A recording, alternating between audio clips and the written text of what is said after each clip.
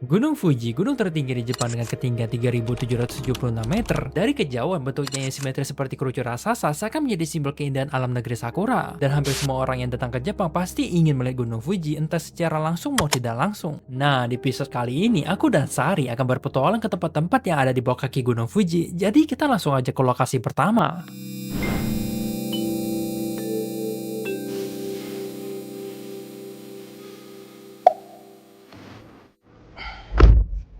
Pertama-tama, kita akan ke Danau Yamanaka, salah satu dari 5 danau terkenal di sekitar Gunung Fuji. Dan jika kalian lagi beruntung, dari sini kalian bisa melihat pemandangan Gunung Fuji dengan sangat jelas. Cuman yang jadi tantangannya itu jarak dari sini ke sana membutuhkan waktu kurang lebih 2 jam. Ini belum apa-apa udah pegel duluan. Dan kali ini aku tuh sangat beruntung karena sehari ini baru aja lulus ujian mengemudi dan juga mendapatkan SIM Jepang. Apalagi kita tahu untuk warga negara asing di sini sekarang untuk mendapatkan SIM mobil itu udah makin susah gara-gara warga asing. Jadi ya untuk sementara si Sari bakal mengendari mobil ini sampai aku mendapatkan SIM mobil. Ya nggak tahu sampai kapan sih.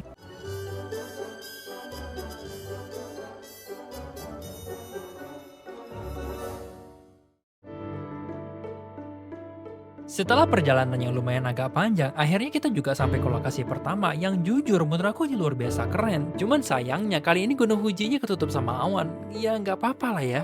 Ya meskipun kita nggak bisa melihat Gunung Fuji, tapi kita masih bisa melihat pemandangan air danau yang tenang seperti cermin loh. Dan mungkin di kesempatan lainnya kita akan datang lagi ke tempat ini. Maka dari itu jangan lupa untuk subscribe dan like video ini ya. Dan sebelum ke lokasi berikutnya, kita akan bersantai sejenak sambil menikmati makan siang yang sudah disiapin sama Sari. Dan ini kayak makan di restoran aja.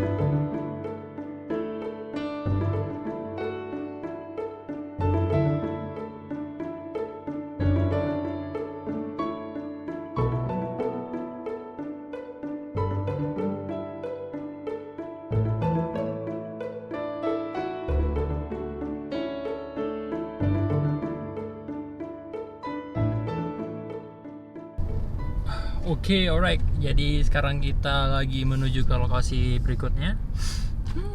That's.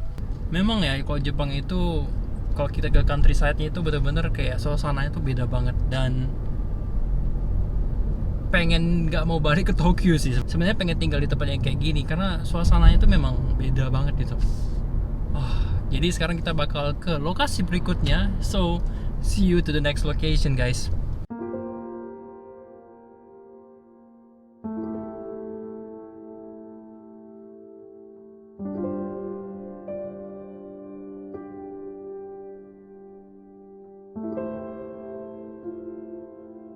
Setelah menikmati panorama dari Danau Yamanaka, kita lanjut ke Oshinohakai, sebuah desa kecil yang terkenal dengan 8 air jernih yang berasal dari lelehan salju Gunung Fuji. Dan gak tahu kenapa ya, selama perjalanan ke lokasi selanjutnya, kita tuh selalu dimanjakan dengan pemandangan yang buat kita tuh gak bisa move on. Kayaknya Jepang ini tahu banget apa yang kita mau gitu.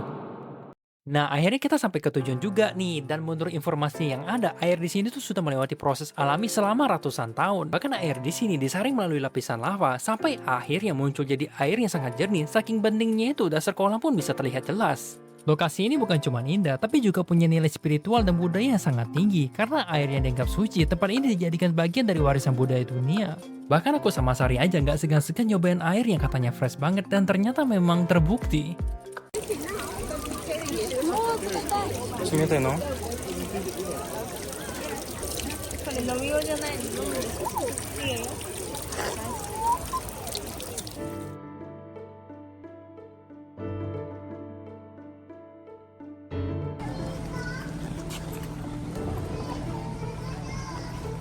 お、湧池に向かってる。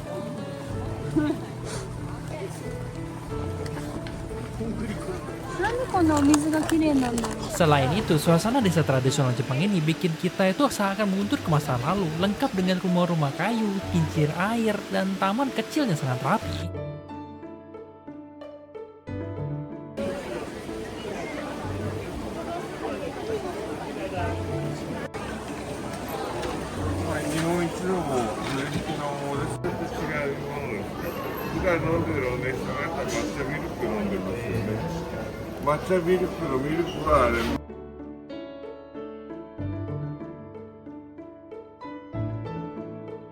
Sambil kita menikmati pemandangan di sini, kita menyempatkan mencoba makanan yang sangat populer di sini dan ini ternyata enak banget karena komposisinya tuh full dengan seafood.